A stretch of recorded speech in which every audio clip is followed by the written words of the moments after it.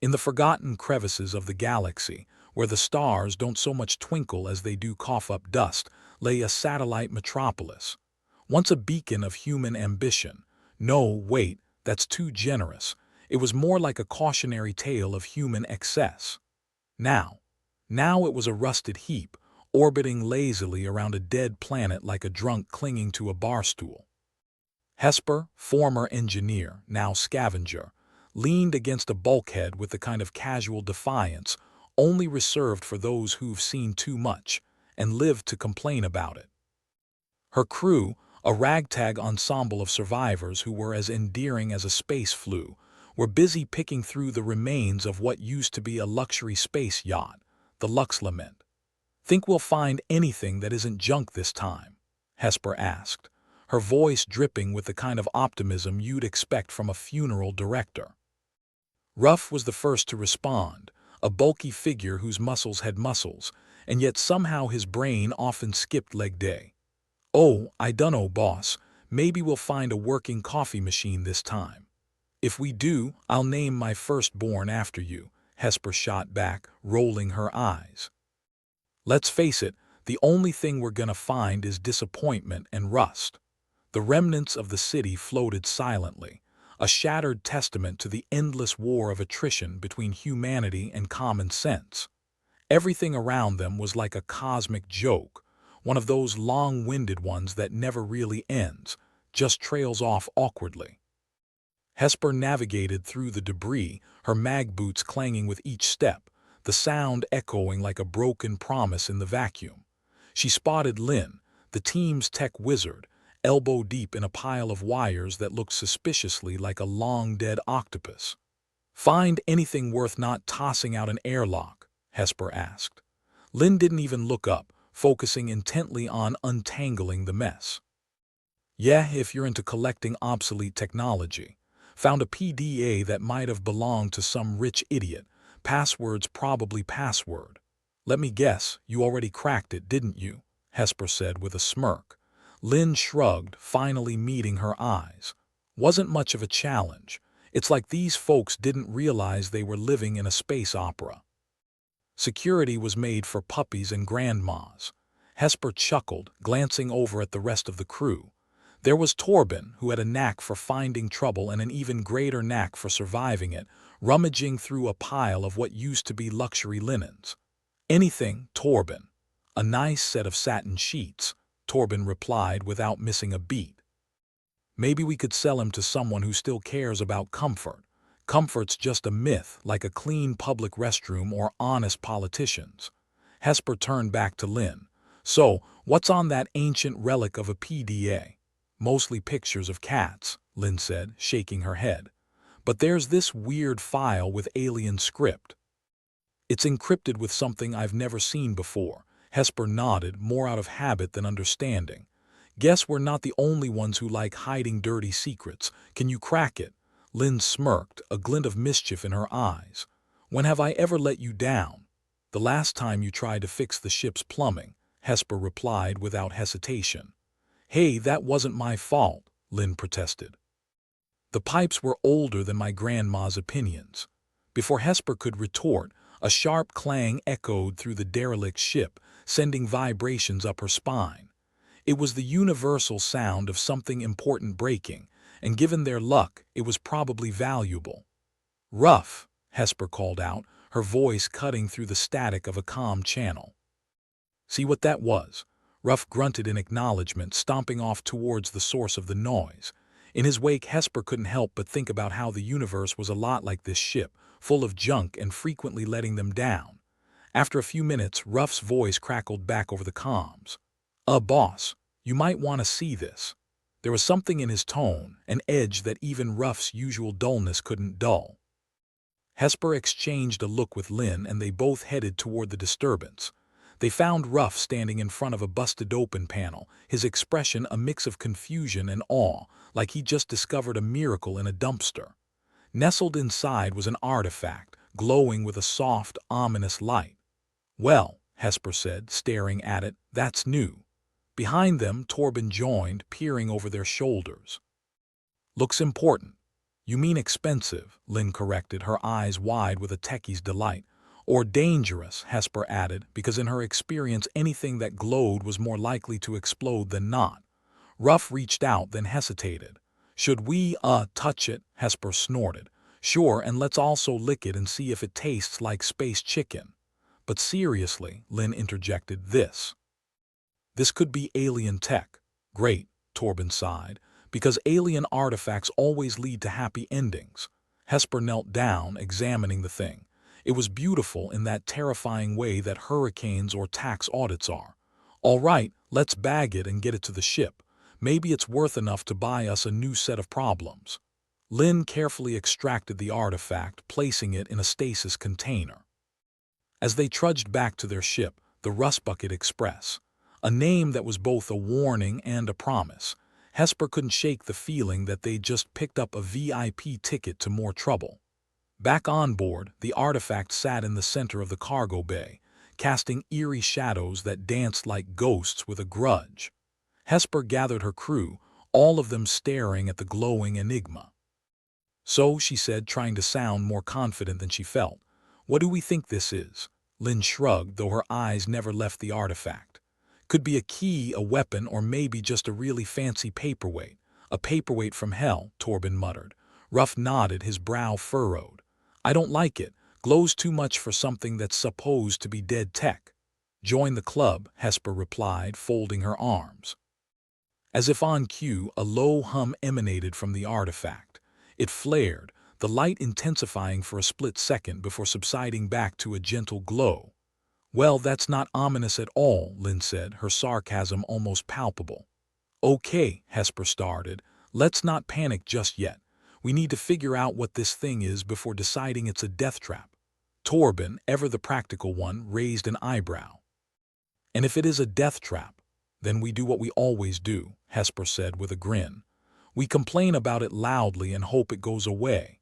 The crew shared a laugh, the kind that was half humor, half hysteria, before settling into an uneasy silence.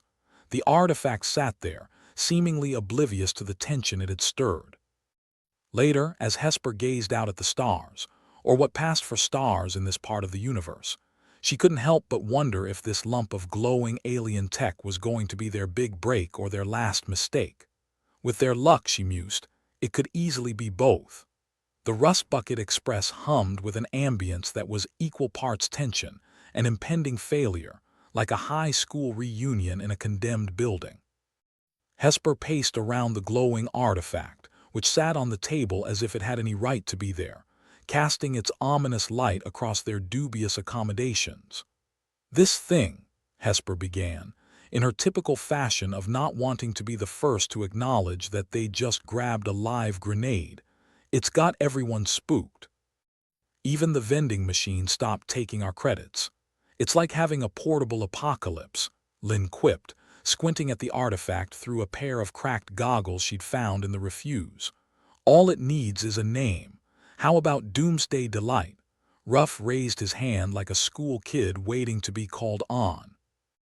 Can we eat it? Sure, Hesper said, not missing a beat, right after you taste test the airlock. Torben, who had taken up residence leaning against the wall, eyed the artifact suspiciously. So we're dealing with aliens now. Ain't life just a festival of horrors? Welcome to the party, Hesper replied dryly, running a hand through her hair. Next thing you know, we'll be hosting tea with our new extraterrestrial friends. Before anyone could speculate further, the ship shuddered with a violent jolt, tossing Lynn's goggles across the floor and nearly unseating Torben from his perch. That can't be good, Lynn muttered, already scrambling towards the ship's control panel. I didn't sign up for earthquaking in space. Brace yourselves, Hesper shouted, her grip on the table tightening as she tried to dial down the panic. The ship's sensors flashed red, practically screaming at them in digital terror. Incoming vessels, Lynn yelled over the chaos. Looks like we've made some new friends. Friends? Ruff echoed, his brow furrowing in confusion. I thought we didn't like company. Neither do they, Torben added grimly, pointing at the view screen displaying a trio of sleek, menacing ships closing in. They were the kind of ships that didn't come bearing gifts, unless you considered high-velocity plasma a thoughtful present. Hesper realized they were well and truly in the shit now. Lynn, get us out of here. I'm working on it. Lynn snapped, fingers flying over the controls with a flurry born from desperation and a caffeine high. The Rust Bucket Express groaned as it lurched forward, its protestations echoing through the hull like a cantankerous old man forced into exercise. The alien ships were fast, too fast, darting around like angry hornets with a vendetta. "Can't we just return their bloody artifact?" Torben suggested. "Stick a sorry, wrong address note on it and call it a day." "Yeah, I'm sure they'll appreciate our honesty," Hesper said, sarcasm dripping like oil from a poorly maintained engine. "They're shooting at us, Torben, not inviting us to a picnic." The first volley of alien fire whizzed past them, narrowly missing their thrusters and instead turning a nearby chunk of debris into a spectacular firework display. The second didn't miss, rattling the ship with a force that probably knocked a few screws loose, assuming they had any left to lose. Ruff, ever the optimist, looked around. "Good thing I bolted everything down. Hope you nailed yourself to the floor," Hesper replied, bracing as another impact sent her sprawling. "Just get us some distance, Lynn. I'm doing all I can." Lynn growled, the controls a blur under her hands. "This isn't exactly a luxury yacht, you know." "Could have fooled me," Hesper shot back, gritting her teeth as they narrowly avoided another barrage. "Handles just like one after it's been through a blender." Suddenly, Lynn's console sparked as if sharing in the crew's stress. "Shit," she cursed, thumping the panel in frustration. "We've got a power drain, these bastards are hacking us." "Perfect," Torben said, throwing his hands up in exasperation. "Because being shot at wasn't enough of a challenge." "Lynn, cut the connection," Hesper barked, her voice steady despite the turmoil. "I'm trying," Lynn hissed, diving under the console with the grace of someone used to wrestling with stubborn tech. "Keep them off us a bit longer." "Not like we have other plans," Ruff muttered, gripping the nearest handrail like it was a lifeline to sanity. The alien ships were relentless, their attacks a chilling reminder of how outgunned they were. Hesper clenched her jaw, focusing on keeping her crew alive, an activity she was uncomfortably familiar with. Then, just as hope was about to throw in the towel, Lynn emerged victorious. "Got it," she shouted, climbing out from under the console with a wire clenched in her teeth. "Great," Hesper breathed, letting herself feel a flicker of relief. "Now get us some damn distance." Lynn slammed her palm onto the thrust controls, and the Rust Bucket Express shot forward with a speed that had no right coming from a ship of its questionable pedigree. The alien ships gave chase, but the sudden burst had given them a precious few moments of breathing room. "Where the hell do we go from here?" Torben asked, panting like he'd just run a marathon in zero gravity. "Anywhere but here," Hesper replied, her eyes fixed on the stars which might as well have been laughing at their plight. "Lynn, plot a course to the nearest jump point." "You mean the one surrounded by space debris and more alien pals?" Lynn retorted, but her hands were already moving. "Just get us there," Hesper said, determination lacing her voice like a stubborn thread woven through chaos. The ship shuddered again, a reminder that their situation was only marginally better than a death sentence. But as the jump point loomed closer, there was a spark of hope, tiny and flickering, but enough to keep them moving. Inside the ship, the tension was both a tangible and invisible entity, pressing down on them with the weight of 1,000 unsolved problems. "Next time," Lynn said, breaking the heavy silence, "let's stick to scavenging dead worlds. They don't usually shoot back." "Agreed," Hesper replied, a wry smile tugging at her lips. "But where's the fun in that?" "Less chance of dying," Ruff offered, ever the pragmatist in his own unique way. The jump point was a swirling maelstrom of cosmic debris and gravity anomalies, just the kind of place that you'd expect to find in a space traveler's worst nightmares. But it was their best shot at escaping their unwanted company. "All right, folks," Hesper said, her voice as steady as she could muster. "This is it. Hold on to your butts." With that, Lynn engaged the jump drive, and the Rust Bucket Express hurtled into the chaotic embrace of the jump point. Reality twisted, space warped, and for a moment Hesper felt like she was both everywhere and nowhere, an experience akin to a bad trip through the cosmos. When they emerged on the other side, the alien ships were gone, left behind like bad memories in the wake of their desperate leap. "Well," Torben said, breaking the silence that hung in the air like a held breath, "that was something." "Definitely something," Hesper agreed, her heart rate finally returning to something resembling normal. Lynn let out a deep sigh, wiping the sweat from her brow. "We need to figure out what that artifact is, and fast. Those aliens aren't just here for tea and crumpets." "Yeah, no kidding," Hesper replied, glancing at the glowing menace on the table. "We need to know if we're dealing with a key or a bomb." Ruff, ever the eternal font of optimism, shrugged. "Maybe it's both." "I wouldn't be surprised," Hesper said, shaking her head. "Lynn, see if you can dig anything else out of that PDA. Maybe it has something useful for once." "On it," Lynn replied, immediately diving back into her work with the fervor of someone trying to distract themselves from impending doom. As the crew settled into the uneasy calm that followed their narrow escape, the weight of their situation settled over them like a suffocating blanket. Their trust in each other had been tested, and though they'd come through, the cracks were beginning to show. "Think we'll make it through this?" Ruff asked, voicing the question that had been gnawing at the back of everyone's mind. Hesper shrugged, an attempt at nonchalance that didn't quite reach her eyes. "We always do, don't we?" Torben snorted, but there was a warmth in his tone that belied his words.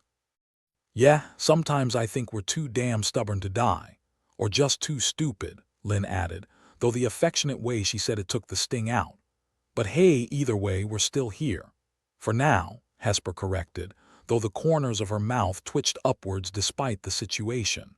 The crew fell into a companionable silence, the kind that comes after shared danger and mutual relief.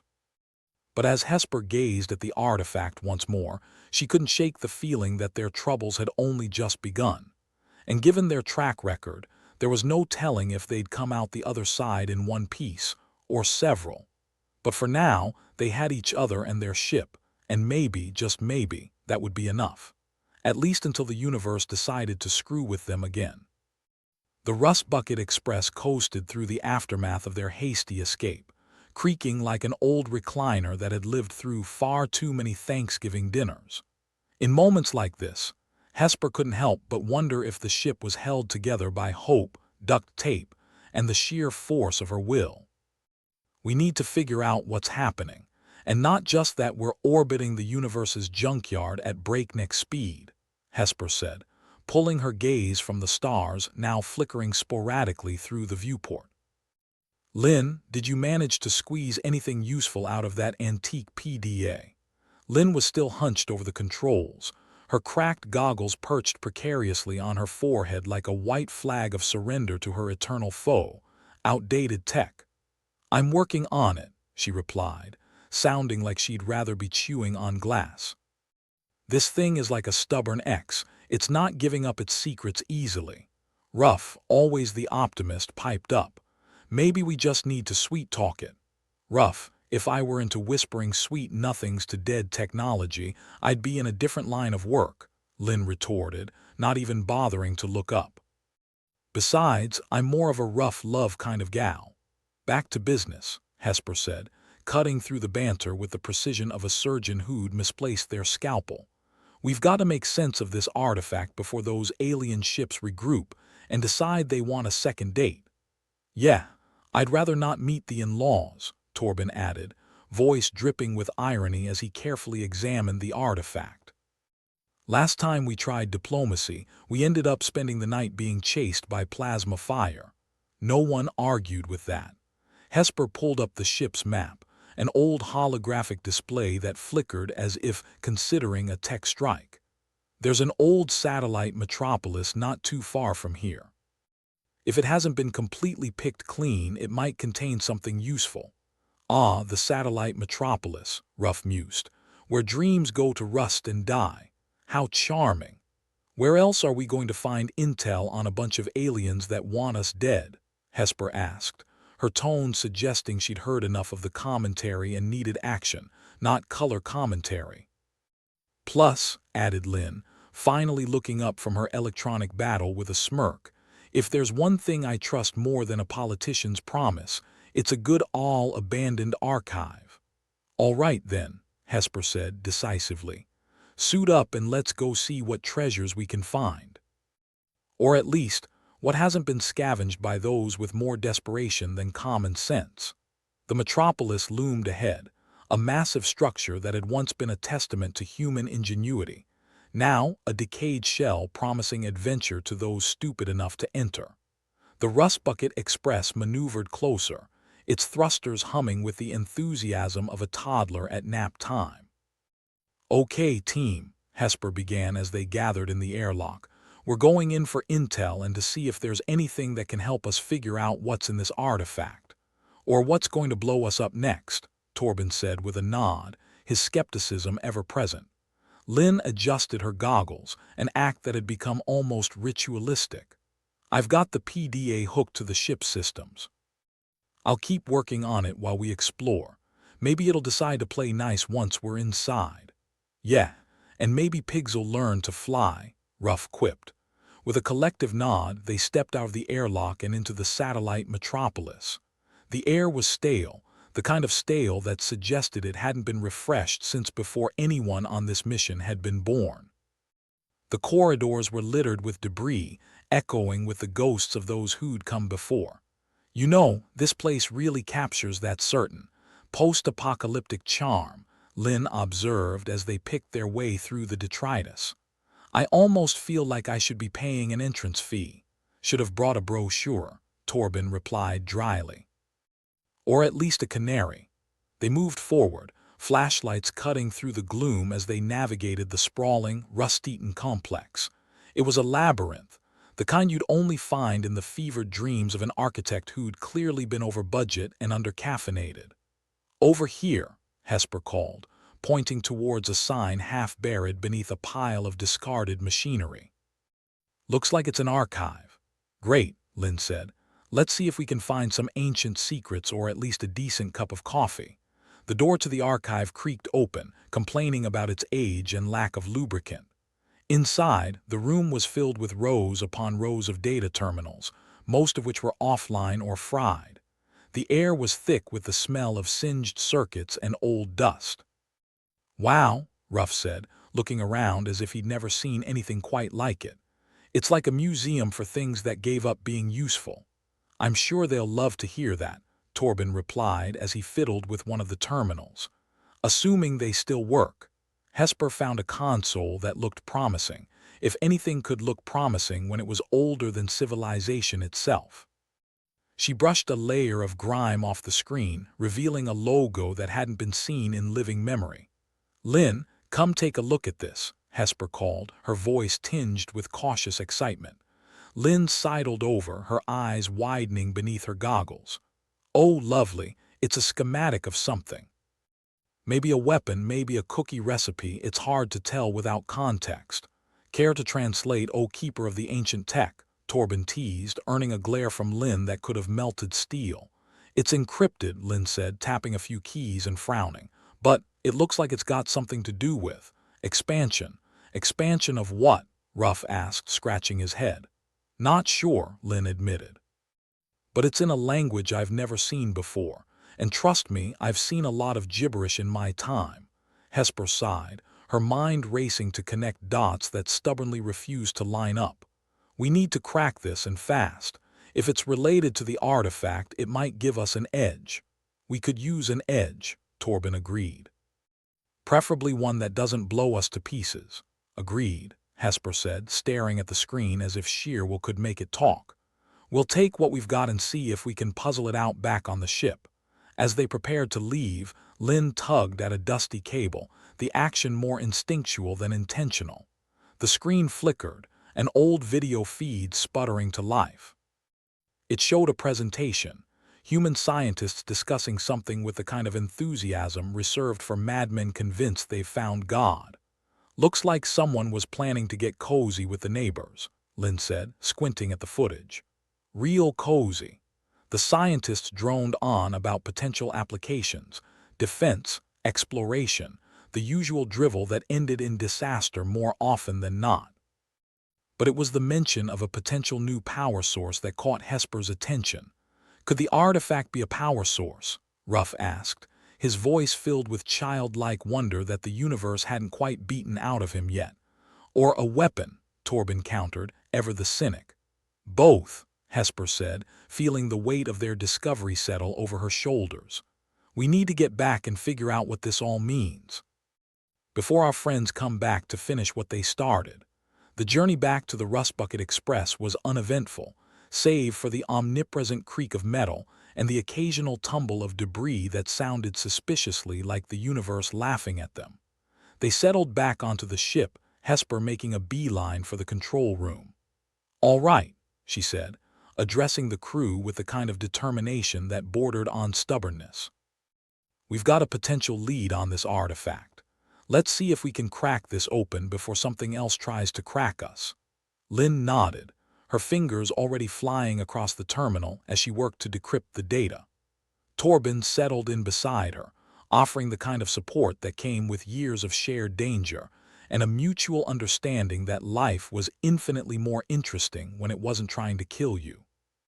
Ruff, meanwhile, stood by the artifact, his expression contemplative as he considered the glowing enigma that had nearly cost them their lives.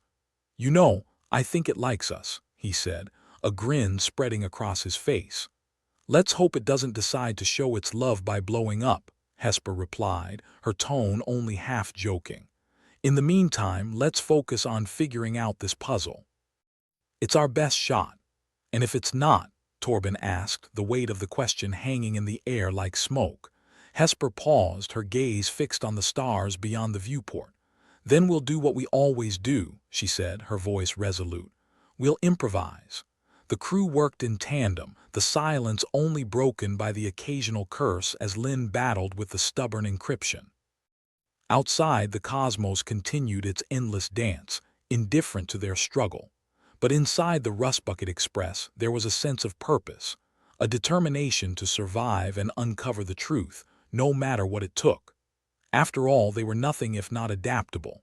And if there was one thing the universe had taught them, it was that sometimes the best plan was simply to keep moving forward, one disaster at a time. Lynn's fingers were waging a personal vendetta against the keyboard, each keystroke a declaration of war against the encryption, guarding the secrets of the archive. The rest of the crew watched her with a mixture of curiosity and mild trepidation, like she was a scientist about to detonate a small but potentially catastrophic experiment. "Any chance we'll crack this thing open before we're old and gray?" Torben asked, leaning against the terminal with all the enthusiasm of someone who'd rather be anywhere else. Lynn shot him a glance that could blister paint. "If you want to give it a go, be my guest. Otherwise, let the professional work." "Professional what exactly?" Torben mused. "Professional masochist." Hesper stood by, arms crossed, eyes fixed on the screen as if sheer willpower could speed up the process. "Let's keep the banter to a minimum, folks. Last I checked, our lives were on the line." Ruff, eternally optimistic, chipped in. "Maybe the artifact just needs a little encouragement. You know, a pep talk or something." "Sure," Torben replied, not missing a beat. "Why don't you go whisper sweet nothings to it, see if that works?" Lynn's eyes were locked on the screen, pupils dilated with the thrill of the chase. "Got it," she exclaimed, a grin spreading across her face like wildfire. It's only a partial decryption, but it's something." "What have we got?" Hesper demanded, half expecting to hear it was another cookie recipe. Lynn tapped a few more keys, bringing up a series of convoluted schematics and partially translated text. "It looks like a schematic for a weapon, and a big one, the kind that makes planets feel inadequate." "A weapon?" Ruff's eyes widened, the light in them dimming ever so slightly. "And we've been lugging this thing around like it's a souvenir." "Not like we had much choice," Hesper said, uneasily examining the artifact as if it might leap up and declare war on them at any moment. But if this thing is a weapon, then we need to figure out how to disarm it or use it to our advantage. Using it sounds like a risky plan, Torben said, folding his arms. Especially considering our track record with unknown technology. Risky is putting it mildly, Lin added. Look, the schematics suggest some kind of energy conversion. It's designed to harness power from. She squinted at the screen. This is where it gets fuzzy. It looks like it can pull energy from just about anything. Stars, planets, us. Us. Well, that's comforting, Torben scoffed. Hesper paced the cramped confines of the control room, a plan slowly forming in her mind. A plan that, like all great plans, danced on the knife edge between brilliance and insanity. Okay, hear me out. If we can calibrate this thing, maybe we can redirect its energy. Use it as a shield or a deterrent. Deterrent against what? Ruff asked, though the answer hung in the air like an unwelcome guest. Against whatever those alien ships have planned for us when they come back, Hesper replied. Assuming they're not just dropping by to borrow a cup of sugar. That's a hell of an assumption, Torben said, skeptical but intrigued. But how do we go from artifact that might kill us to artifact that might save us? We'll need to reroute the power flow, Lin said, her fingers at work again. If we can manipulate the energy output, we might be able to create a defensive barrier, emphasis on might. Sounds like we'll need to improvise, Hesper said, nodding as if she'd already made the decision. What's the worst that could happen? Ruff added, trying to lighten the mood. We blow up, Torben grinned. We could name the explosion after us. The Rust Bucket Memorial Boom. It'd be poetic. Enough with the poetry, Hesper said, cutting off the banter. Let's focus on getting this thing operational, preferably without ending up as cosmic dust. The crew sprang into action, a mad scramble of hands and minds all working to bring Hesper's plan to life. Lin's fingers danced over the terminal, coaxing reluctant electrons to do her bidding. Torben busied himself with recalibrating the ship systems, grumbling all the while about the state of their duct-tape-bound vessel. As they worked, the Rust Bucket Express seemed to hum with a new energy, an undercurrent of potential thrumming through its old bones. It was a ship accustomed to disaster, but now it had a purpose, a mission that might see it more than a footnote in the annals of galactic misfortune. Nearly there, Lin announced, a bead of sweat trickling down her forehead as she wrestled with the artifact's circuitry. Just a few more connections. Outside, the stars watched in indifferent silence, an audience that neither applauded nor condemned their efforts. But Hesper felt a rising tension, a sense that the universe was holding its breath. Incoming signal, Torben said, the ship's sensors alerting them to the presence of more alien ships. Looks like our friends are back and they've brought company. Perfect, Hesper muttered, fixing the artifact with a look that bordered on hostile. Let's see if we can give them a welcome they won't forget. Lin's hands flew across the controls, the artifact buzzing with life as it responded to their tampering. Got it, I think. I think it's working. We've managed to create a temporary energy field. Temporary? Ruff asked, the hope in his voice tempered by a healthy dose of skepticism. We're dealing with technology that's older than my grandmother's casserole recipes, Lin snapped. Temporary's the best I can do. We'll take what we can get, Hesper said. Ruff, keep an eye on those ships. Lin, let's see if we can boost the field's strength.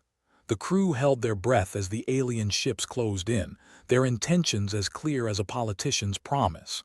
Plasma cannons charged, weapons primed, a hostile greeting that left little room for interpretation. They're charging weapons, Ruff reported, tension crackling in his voice like static. Then let's give them something to think about, Hesper said, her gaze hard as steel. The artifact glowed brighter, a beacon of raw energy that pulsed through the Rust Bucket Express. The makeshift barrier flared to life, an iridescent shield that shimmered around the ship like a second skin. The alien ships opened fire, plasma bolts streaking through the void. But the barrier held, absorbing the barrage with a resilience that left the crew in awe and the alien forces in disarray. Ha! Torben crowed, his skepticism momentarily eclipsed by triumph. Suck on that, you alien bastards. Don't get cocky, Hesper warned, though she couldn't hide her own satisfaction. We've bought ourselves some time, but we're not out of the woods yet. Lynn nodded, her focus now on maintaining the field's stability. We need to figure out how to sustain this. The artifact's power is finite, and once it's depleted, then we'll be right back where we started, Hesper finished grimly. But for now, let's make sure we use every second we've got. As the alien ships regrouped, the Rustbucket Express held its ground, defying the odds with a stubbornness that was practically human. The crew worked in concert, each second a precious commodity in their fight for survival. But even as they held the line, Hesper knew the real battle was far from over. The artifact was a double-edged sword, their salvation and their potential doom. And as the alien ships circled like vultures, she realized they'd need more than luck to emerge unscathed. In the end, they'd have to rely on the one thing that had always seen them through, each other. And maybe, just maybe, that would be enough. "All right," Hesper said, her voice carrying the weight of leadership and the resolve of the weary. "Let's show these alien bastards what it means to mess with the Rustbucket Express." The crew nodded, their determination unshaken even in the face of overwhelming odds. They were outgunned, outnumbered, and out of their depth, but they had a plan and they had each other. And sometimes, in the unforgiving vastness of space, that was all you needed. The Rustbucket Express was a tin can with its insides hanging out, held together by faith, spit, and the kind of luck you'd expect from a gambler on his last chips. It groaned under the stress of the artifact's power coursing through it. Kind of like Torben after a night on the town, come to think of it. Hesper stood at the center of the control room, her eyes flitting from the flickering holographic display to the grim faces of her crew. Lynn continued her frantic, symbiotic dance with the terminal, her fingers working magic, or whatever passed for magic in this hellhole of a universe, as she tried to keep the energy field operational. "How's it looking, Lynn?" Hesper asked, voice tight with the weight of the situation. Not exactly a motivational speech, but it wasn't the time for one of those fridge magnet pep talks. Lynn glanced up, eyes bloodshot and wild. "Like a one-legged man at a butt-kicking contest. We're holding, but I wouldn't get comfortable." "Comfortable?" Torben scoffed, kicking a loose panel back into place with a flourish. "I've seen more comfortable death traps." "Yeah, well, at least this one's ours," Ruff said, his optimism like a stubborn mole that refused to be whacked. "We can always paint home sweet Rustbucket on the side." They all shared a grim laugh at that, the kind that tasted more like gallows than good humor. But it was better than the alternative, staring into the abyss and letting it stare back until it blinked. The alien ships were regrouping, their sleek forms darting through the void, a synchronized swarm of hostility. They moved with a grace the Rustbucket could only dream of, like comparing a ballet to a drunken bar fight. And right now, they were the ones holding the dance card. "More signals incoming," Torben reported, his voice carrying the existential dread of a man who'd seen too many bad poker hands. "Looks like they invited the whole damn neighborhood." "Fantastic," Hesper muttered. "It's a reunion and we weren't even asked to bring snacks." The rest of the crew shared a look that hovered somewhere between resignation and resolve. They were outnumbered, outgunned, and the ship was one hiccup away from a catastrophic sneeze. But they were still here, damn it, and they weren't going down without a fight. "What's the play, Cap?" Ruff asked, his youthful exuberance tempered by a healthy dose of fear. Even the perpetually sunny can get a little cloudy when plasma bolts are involved. Hesper rubbed her temples, feeling the weight of leadership like an anvil on a hangover. "We need to buy time. Keep the field up, keep them guessing. Maybe they'll decide we're not worth the effort. And maybe I'll wake up tomorrow with a head full of hair," Torben muttered, scratching his bald pate for emphasis. "Let's not bank on alien charity." "Got any better ideas, Torben?" Hesper challenged, the edge in her voice sharpening to a point. "I'm open to suggestions, provided they don't involve us dying in a spectacular fashion." Torben opened his mouth, then closed it again, clearly running through the catalog of bad ideas and finding them wanting. "Fine," he conceded. "But if we're going down, I'm calling dibs on the last bottle in the galley." "Deal," Hesper said, a slight grin cracking through the tension. "But only if you share." Lynn's eyes were locked on the terminal, her fingers a blur of motion. "Status update. We're holding, but we're bleeding power. The artifact's like a toddler in a candy store, overeager and liable to crash if we push too hard." "Sounds like my last relationship," Torben quipped, earning a chuckle from Ruff. "Focus, people," Hesper said, though her tone softened at the reminder of their humanity, flawed and funny as it was. "We need to ride this out until we can come up with something better than hope they get bored and leave." "Speaking of which," Ruff chimed in, "any chance we can make our escape?" "I'd rather not wait around for them to bring the hammer down. Not unless you fancy being vaporized," Lynn replied, her fingers never leaving the keys. "This field's all that's standing between us and becoming a space pancake." "Sure, but what if we, I don't know, distract them?" Ruff suggested, as if he just invented the concept of misdirection. "Give them something else to think about while we slip away. And how do you propose we do that?" Hesper asked, crossing her arms. "Send them a strongly worded letter about violating our personal space." "Maybe we could rig up some kind of decoy," Ruff said, warming to his own harebrained scheme. "Send out a signal that looks like us, let them chase a ghost while we hightail it out of here." Lynn paused, the gears turning in her overworked brain. "It's not the worst idea," she said slowly, as if the admission pained her more than the impending doom. "If we can redirect some of this energy into the comms array, we might be able to spoof a signal." "And then what?" Torben asked, ever the pragmatic party pooper. "We run and hope they don't notice the big, empty space where we used to be.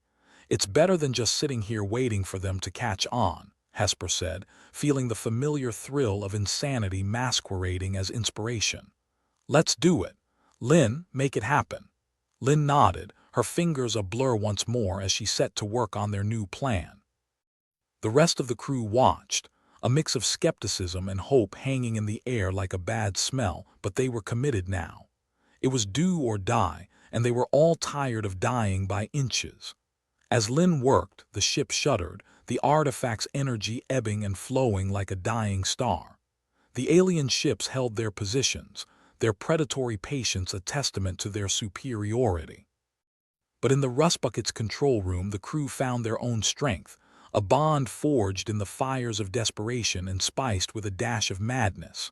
"Signals ready," Lynn announced, a bead of sweat trickling down her nose. "It's not perfect, but it should hold long enough for us to make a break." "All right," Hesper said, feeling the weight of her decision settle like a stone in her gut. "Let's give it a go." "Torben, plot us a course out of here, something that won't get us vaporized." "On it," Torben replied, his fingers dancing over the navigation controls. "Let's hope this Rust Bucket's got one more trick up its sleeve. Ruff, keep an eye on those ships," Hesper continued. "Let me know the moment they take the bait." "You got it, Cap," Ruff said, his optimism rekindled by the prospect of action. "Let's hope they are as dumb as they look." The crew waited, tension coiling tighter with each passing second. The stars outside remained indifferent, oblivious to the drama unfolding in their midst. But in that rusting hulk of a ship, 4 humans were defying the universe, a testament to stubbornness and the refusal to lie down and die. "Signals out," Lynn said, her voice a mix of exhaustion and adrenaline. "Here goes nothing." For a moment, nothing happened. The alien ships hovered in their positions, unmoving, and the Rust Bucket's crew held their breath, praying to whatever gods might be listening, spacefaring or otherwise. Then slowly, the alien ships shifted, breaking formation with the dispassionate efficiency of predators chasing easy prey. One by one they peeled away, trailing the phantom signal like sharks scenting blood. A tactical error that might just give the Rust Bucket Express the breathing room it needed. "They're taking the bait," Ruff reported, his voice brimming with barely contained excitement. "They're actually falling for it." "Thank whatever cosmic comedy allowed this," Torben muttered, punching in the final coordinates. "Course laid in." "Ready to go when you are, Captain." Hesper allowed herself a small smile, the first genuine one since this whole mess began. "Punch it, Torben. Let's get the hell out of here." With a shuddering groan, the Rust Bucket Express fired its engines, lurching forward with all the grace of a drunken hippo. The energy field flickered, barely holding, but for now, it was enough. They had a chance, however slim, and that was more than they dared hope for. As the ship surged into motion, the alien ships continued their chase, oblivious to the real prize slipping away. It wasn't a perfect escape, but then again, perfection had never been their style. They were survivors, scoundrels, and madmen, and that was all they needed to be. In the control room, the crew shared a collective sigh of relief, the tension giving way to a cautious optimism. They'd bought themselves time and a chance to fight another day, and while that day might come sooner than they liked, it didn't matter. They were still here, still fighting, and sometimes that was enough. "Well, that was a thing," Lynn said, her voice tinged with weary amusement. "Let's never do it again, yeah?" "Agreed," Torben replied, crossing his arms with a grin. "But if we have to, let's at least do it with style." "Style?" Ruff laughed, shaking his head. "Since when did we have style?" "Since we decided to stick it to a fleet of alien ships and live to tell the tale," Hesper said, the light in her eyes matching the fire in her heart. "We've got style, all right. The kind that doesn't quit, no matter what." And in that moment, as they hurtled through the void on a wing and a prayer, the crew of the Rust Bucket Express knew one thing for certain. They were in this together, and that was all that mattered. "All right, team," Hesper said, her voice carrying the strength of someone who'd been tested and found unbreakable. "Let's get some distance and figure out what's next." With a shared nod and a renewed sense of purpose, they set to work, survivors in a universe that never stopped trying to kill them. But they were human, damn it, and that meant they wouldn't go down without a fight. The Rust Bucket Express limped through space, like a drunk staggering home after last call, when Lynn's fingers stopped their frantic dance on the terminal. Guys, I think I just broke something." Hesper, who was busy trying to will the ship not to explode with sheer force of will, glanced over. "What now?" "The coffee maker, I wish." "No, it's the artifact," Lynn replied, squinting at the terminal like it had insulted her mother. It's doing something." Torben let out a snort. "Doing something. That's comforting. The last time something did something, we ended up with alien ships trying to turn us into space dust. A bit like your poker skills then," Ruff added, grinning. "Every hand's a bust." Hesper rolled her eyes. "Focus, people." "Lynn, what's happening?" Lynn tapped the display, and a hologram flickered to life, projecting the artifact's schematics. "Well, it seems like I accidentally activated it while trying to reroute power. And it's not trying to kill us, which is a first. Call me skeptical," Torben said, folding his arms. "But a weapon that doesn't try to kill you sounds about as useful as a chocolate teapot." "Maybe it's a dud," Ruff suggested, scratching his head. "Aliens aren't perfect, right? Or it's just warming up to give us a proper goodbye," Hesper interjected, her voice laced with sarcasm. Lynn shook her head. "No, look. It's running some kind of diagnostic or something, and it's not affecting us. At all. Let me get this straight," Torben said, raising an eyebrow. "We're immune to a weapon built by aliens who have nothing but bad intentions and worse aim." "Seems that way," Lynn confirmed, her voice tinged with surprise. "I expected it to turn us into space goo, but nothing." "Well, that's something, right?" Ruff chimed in, his optimism rearing its head once more.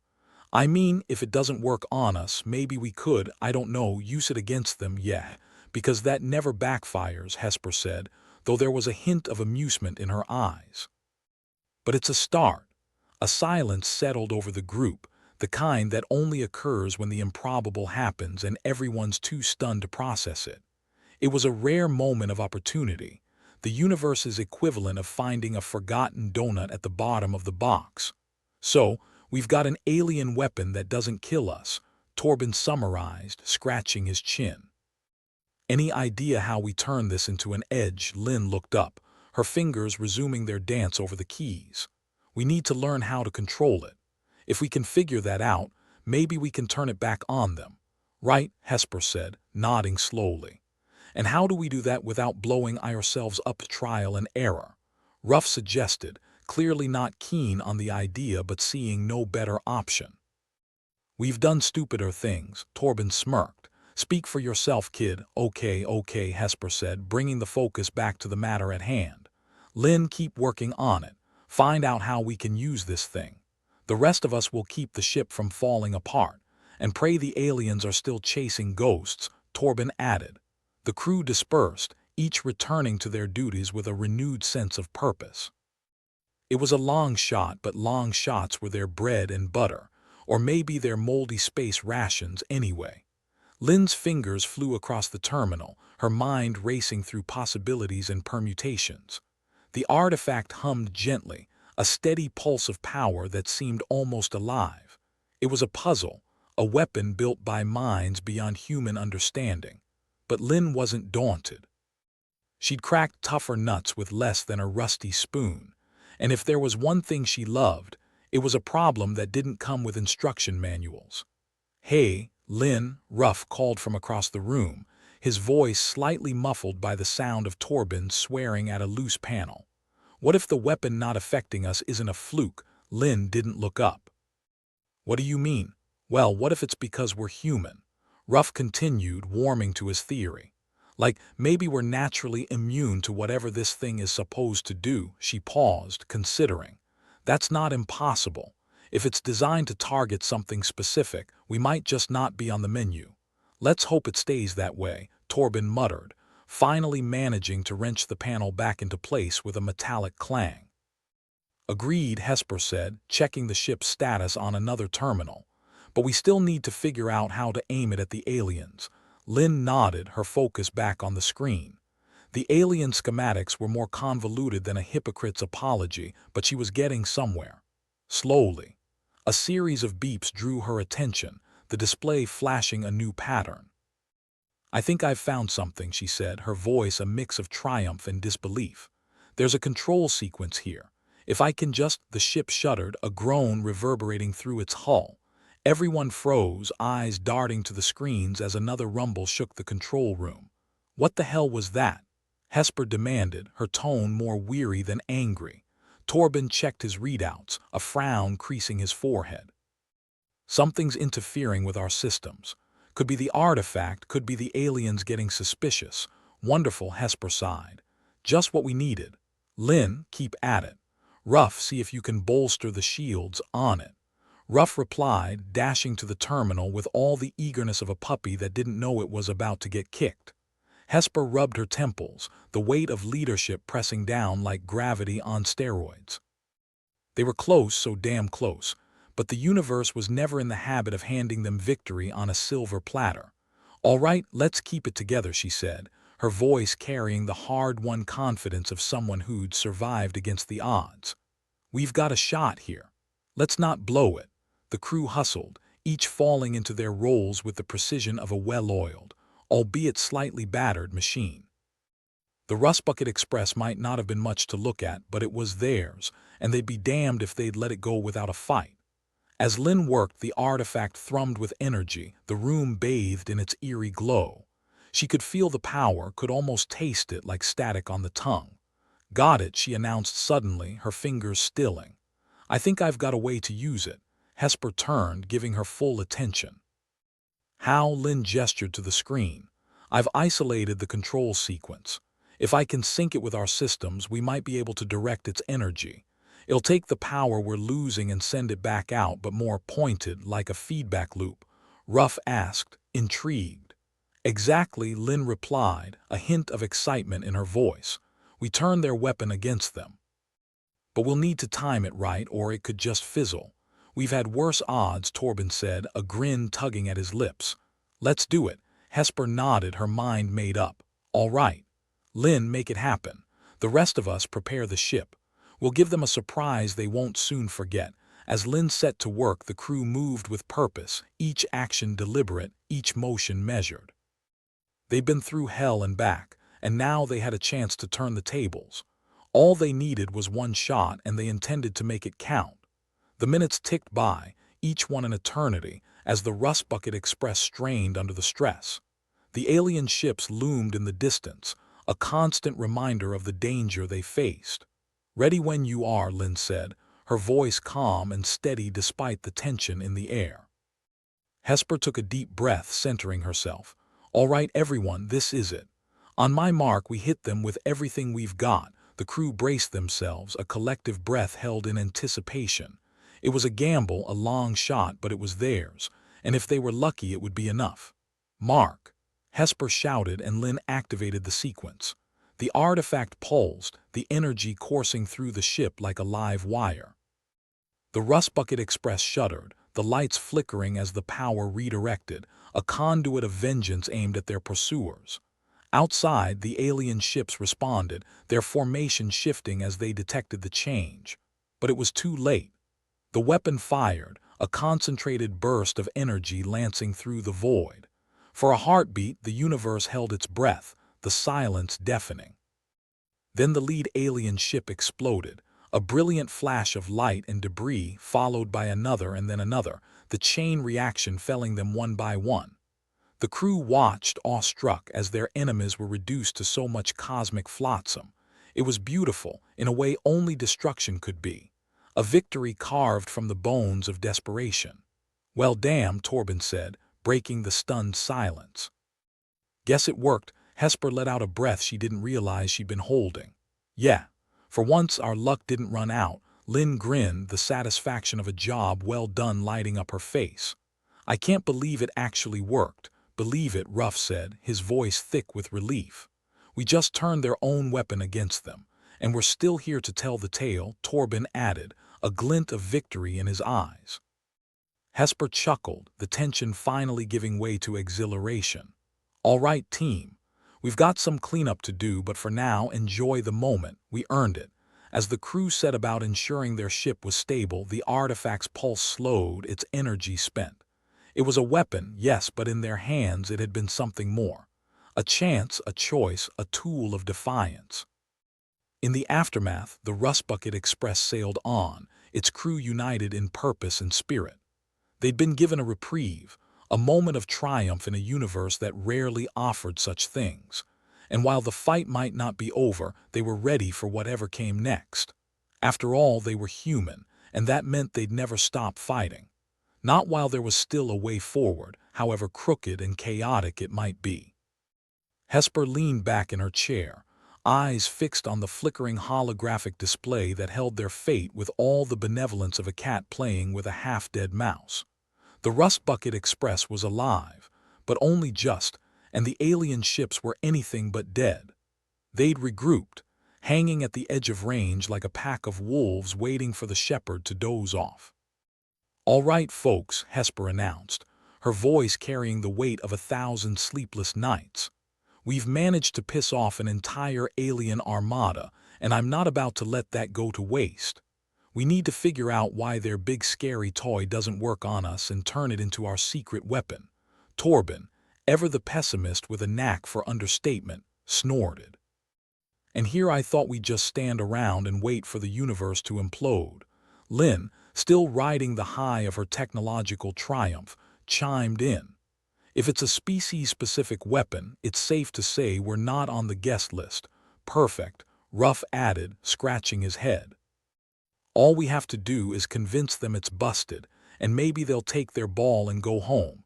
"Easier said than done," Hesper replied, her mind spinning faster than a politician at a scandal convention. "We need a plan. Something loud and stupid that'll make them think twice." "Loud and stupid are my specialties," Torben said, with a grin that was as reassuring as a crash landing. "We could rig the artifact to overload, make it look like it's about to blow.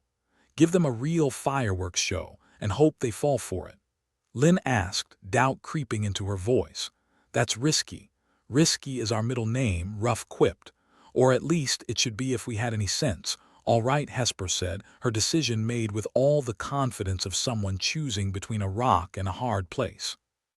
"Let's set the stage for a grand finale. Torben, get on that overload. Lynn, make sure our systems can handle the backlash without turning us into space dust." The crew nodded, scattering like cockroaches in a spotlight, each with a task that could end in disaster or salvation.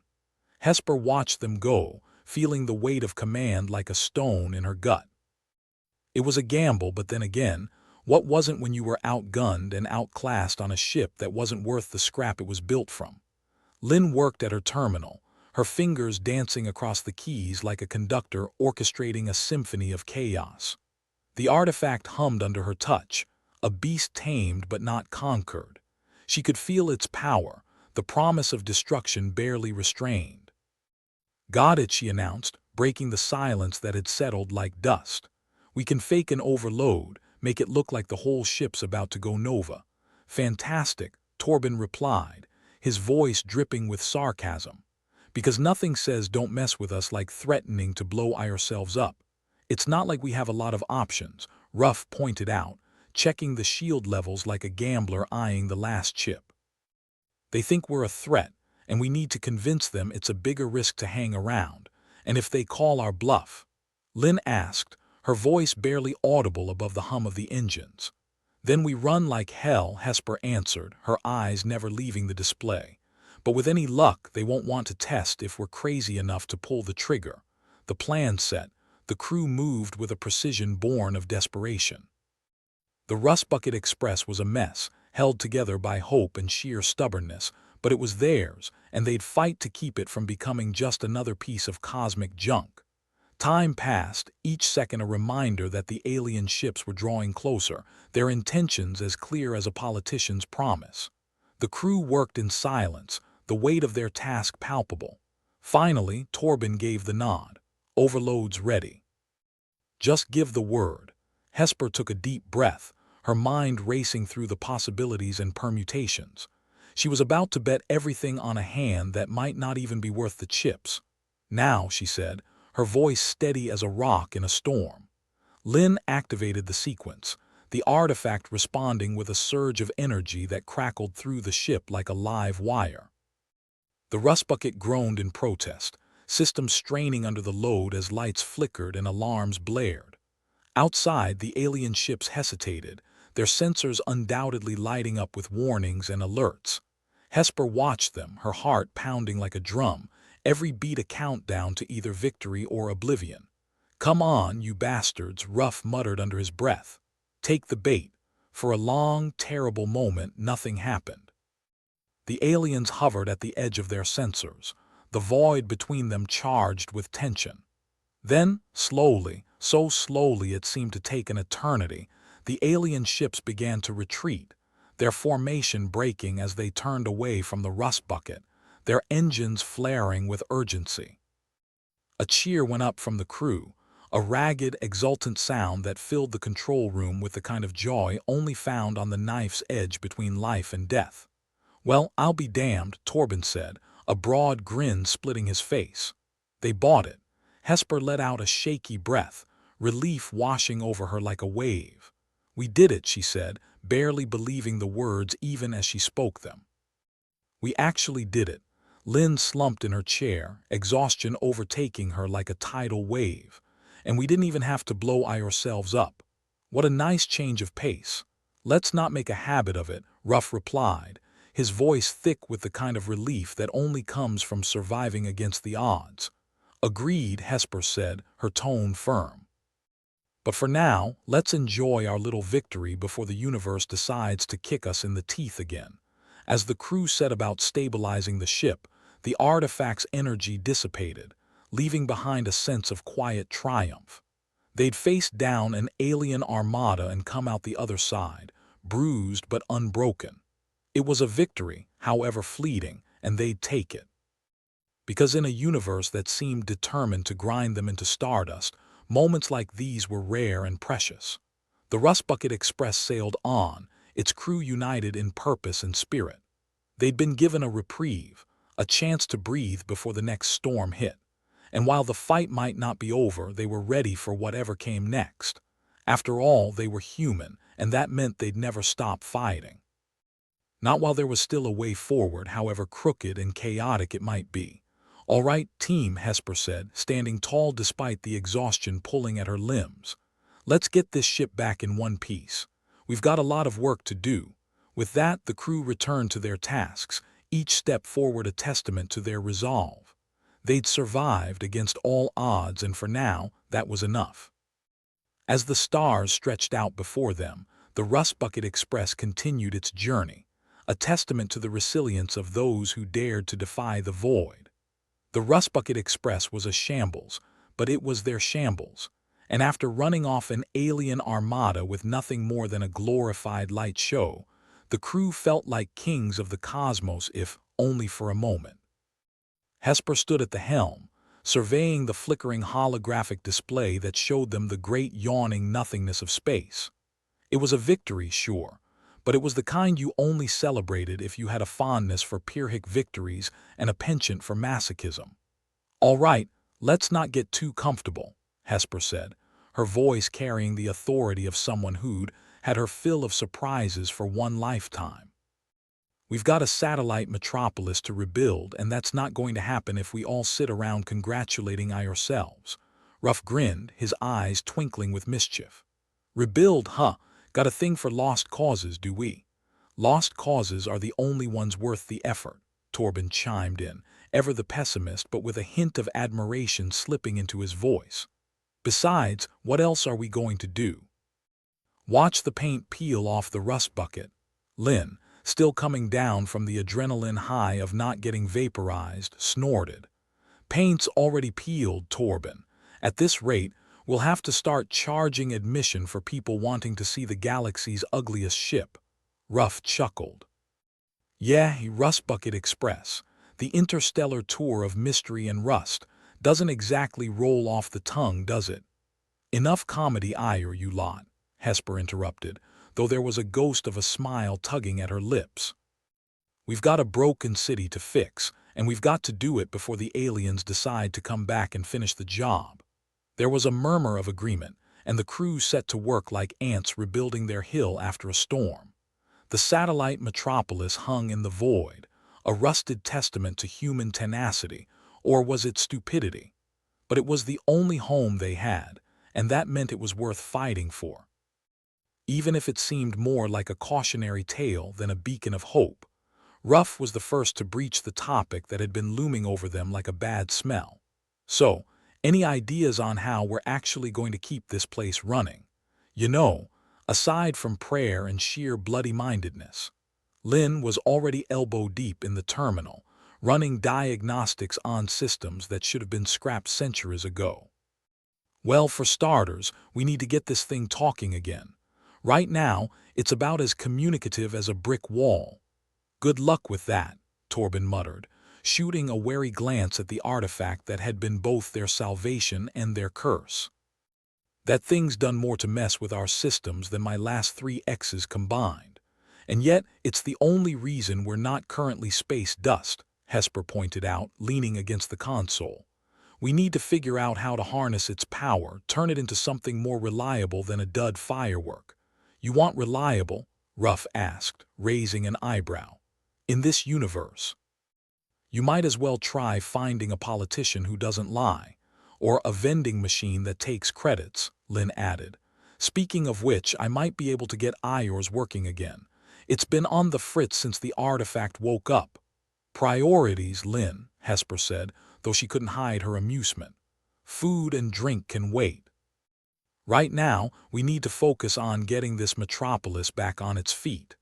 Torben, never one to miss an opportunity for dark humor, added, "or at least make sure it's capable of falling without breaking every bone in its body."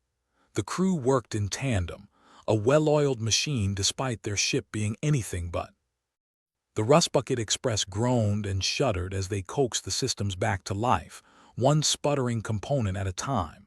It was a labor of love or desperation, but either way they were making progress. As they worked, the conversation naturally drifted to the implications of their recent victory. Ruff, ever the pragmatic, was the first to voice the question on everyone's mind. "So, what's next? We've given the aliens something to think about, but they're not just going to forget about us." "Can't say I blame them," Torben replied. "If someone blew up a fake nuke in my backyard, I'd probably hold a grudge too." Hesper nodded, her expression grim but determined. We've bought ourselves time, and time's the only currency we've got right now. We need to use it to fortify our position, figure out how to actually defend this place. Defend it, Lynn echoed, glancing up from her work. Against what, the universe? Because it's got a pretty solid track record of kicking our asses. Yeah, but we're stubborn, Ruff said with a grin. And that counts for something. Stubbornness is great until it gets you killed, Torben muttered, tapping at the console with a fingernail. We need more than just grit. We need allies, friends, people who know more about alien tech than we do. Good luck with that, Lynn said. Most people who know anything about alien tech are either working for the wrong side or dead, sometimes both. Then we find the ones who aren't, Hesper insisted, a steely resolve in her voice. We've got to start thinking long-term. This isn't just about survival. It's about making sure we don't just end up as another footnote in some alien history book. There was a moment of silence as the weight of her words settled over them. It was a daunting thought, one that made the vastness of space feel even more oppressive. But it was also a call to action, a reminder that they had the power to shape their future, however uncertain it might be. All right, Ruff said, breaking the tension with a clap of his hands. Enough doom and gloom. We've got a city to save, people. Let's get to it. The crew nodded, and the work continued, the clatter and hum of machinery filling the air as the Rust Bucket Express limped back to life. It was a monumental task, but they tackled it with the kind of resolve that only comes from having nothing left to lose. Hours passed, and slowly, painfully, the Metropolis began to show signs of life. Systems flickered back online, lights blinked to life, and the skeleton of a once great city began to stir. Lynn wiped the sweat from her brow, surveying their progress with a critical eye. It's not much, but it's a start, she said, her voice laced with both exhaustion and satisfaction. It'll have to do, Hesper replied, a note of pride in her voice. We'll keep working at it, one piece at a time. And hopefully we'll be able to piece together something that doesn't look like it's about to fall apart, Ruff added, his trademark grin back in place. Dream big, Ruff, Torben said dryly. Dream big. As the crew settled in for a rare moment of rest, the conversation naturally turned to the future. What lay ahead, what challenges awaited them, and what their survival meant in a universe that seemed hell-bent on erasing them from existence. I've been thinking, Hesper said, breaking the comfortable silence. We need to start reaching out to other survivors, other human settlements. We're stronger together than we are alone. Ruff nodded. Strength in numbers, right. Might even be able to scrape together something resembling a fleet if we're lucky, or a ragtag bunch of misfits and outcasts, Lynn quipped. But hey, beggars can't be choosers, right? Exactly, Hesper replied, her mind already spinning with possibilities. We've got to start building alliances, finding people who can help us make sense of this mess. And if the aliens come back, Torben asked, his tone sober. What then? Then we'll deal with them, Hesper said, her voice firm. We've faced them down before and we'll do it again if we have to. It was a bold statement, one that hung in the air like a challenge. But it was also a promise, a vow to keep fighting, keep pushing forward, no matter what the universe threw at them.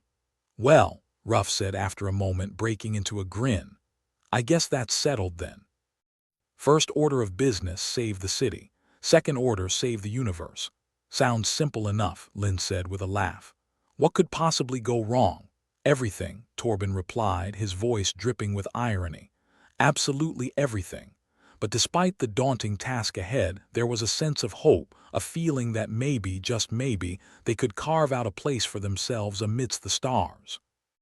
It wouldn't be easy and it wouldn't be quick, but they were ready.